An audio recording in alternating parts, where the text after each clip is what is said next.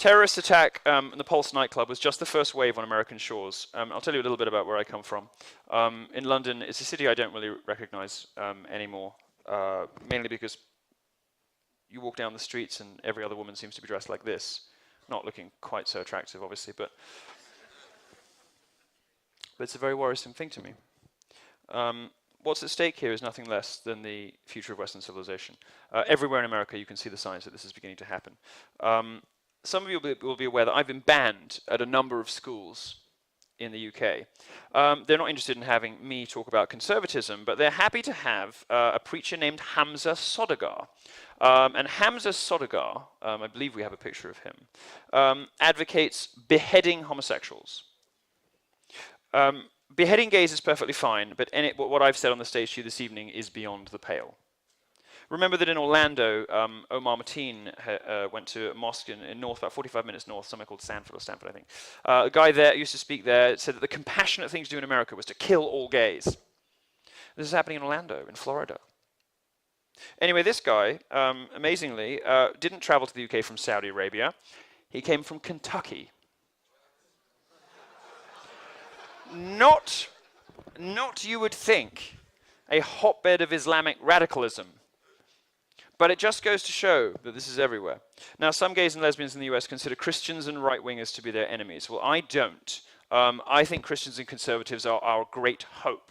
I think Christians and conservatives are the best thing about this country.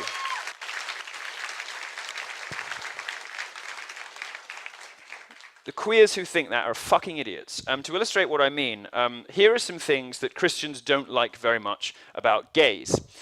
They don't want gay lifestyles shoved down the... Sorry, excuse the phrasing.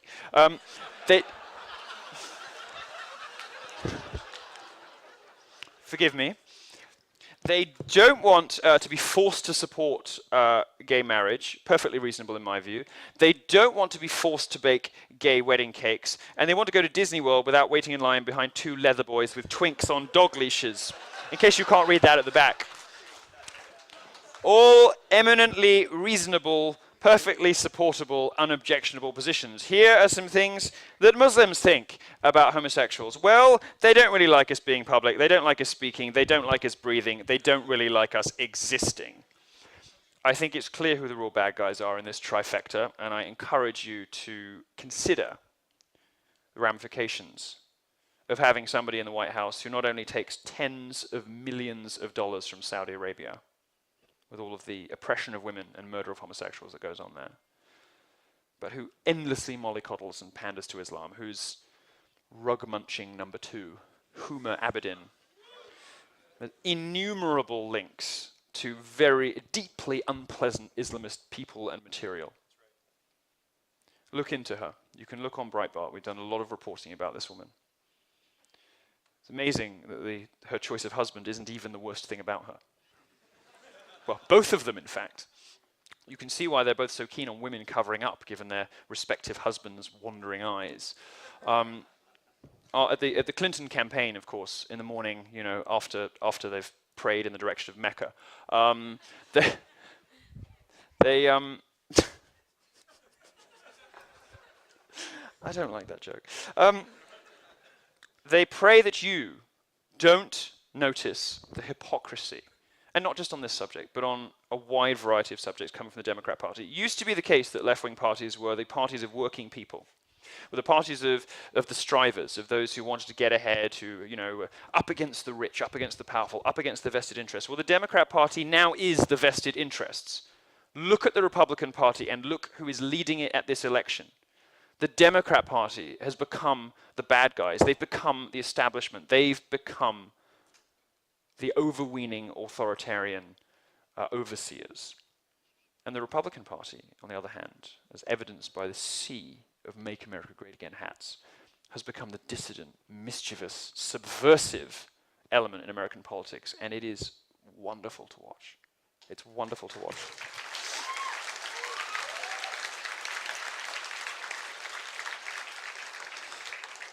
Now, it is time for various minority groups, and I'm sorry to say that the liberals have insisted on splitting you all up. Men and women, blacks and whites, gays and straights. it is incumbent on minority groups to stick up for themselves and to resist liberalism. For the gay community, for instance, to take up arms in order to defend itself from further Muslim attacks. Here you can see a strikingly handsome homosexual in a very fetching top that says, "We shoot back." Well, it's time to start. If a couple of people had been armed in Pulse, things would have ended very differently in Orlando.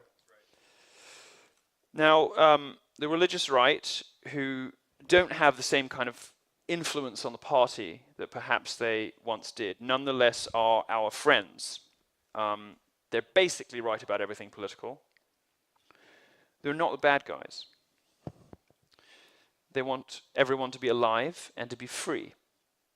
In fact, the religious right are now allies, as the left likes to say. Consider that while liberals were crying and hashtagging after Orlando, Chick-fil-A, which is delicious, very good stuff.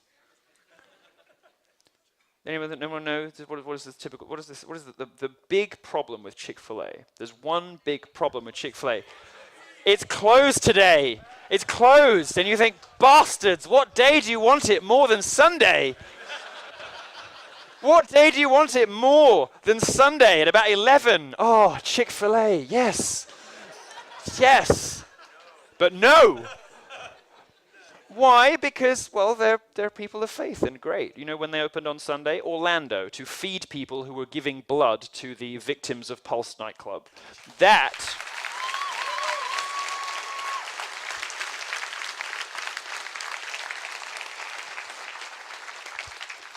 That is an example of kindness, compassion, mercy, and tolerance, all of the things the left claims that it stands for, in action, versus the mean, vindictive sociopathy of the social justice feminist left, which you, of course, have all experienced on campus, and which gave us all such trouble at the last event and in the run-up to this one.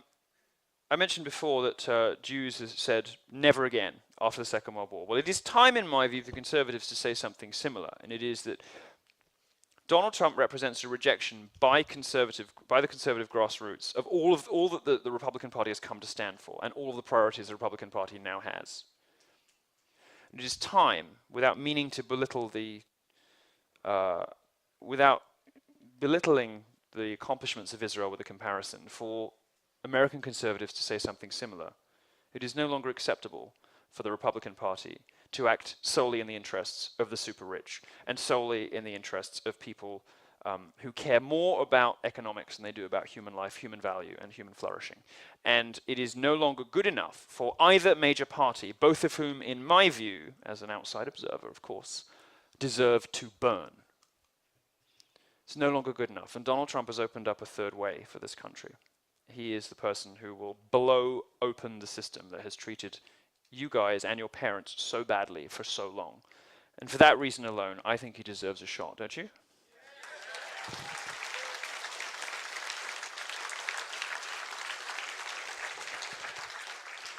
The media in Silicon Valley are colluding to give the impression that Trump is finished. By no means is this the case. They don't want to talk about any of the awful things that Hillary's been up to. They don't want to talk about any of the problems the country faces. They just want to talk about being grabbed by the pussy.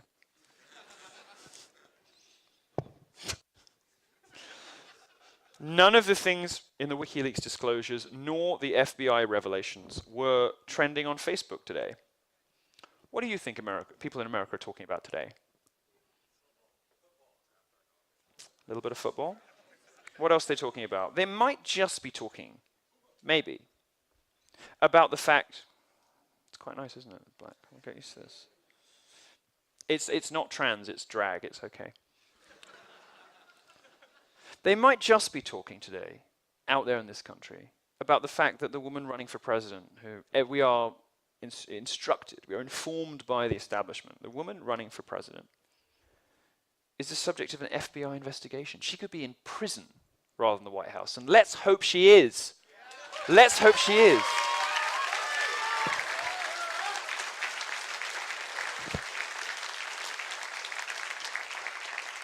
The massed ranks of the lying media establishment, the rigged electoral infrastructure are all telling you that Trump can't do it. Well, they're going to get very bloody noses at this election, I hope. And if they do, it will be thanks to people like you. And if they do, the Supreme Court will be safe, the First Amendment will be safe, the Second Amendment will be safe. And whatever you think of Donald Trump, I happen to think he's wonderful. But whatever you think of Donald Trump, the greatest threat, not just to America, but to Western civilization, will have been averted. Israel will be safe. Your freedom of speech will be safe. And your guns will be safe. For that reason, I very much hope you join me in casting, well, I can't cast a vote, of course, because you won't, I'm just a visitor. But I hope you join me at least in expressing the sentiment, and you people can vote. Cast your votes. I encourage you, as somebody who needs you, and all of the rest of the world needs America, as I said, to be free and to be strong. Cast your vote in favor of somebody, and encourage everybody who can to cast their votes in favor of somebody who can avert that catastrophe and annoy all the right people while he does it. Thank you very much. Yeah.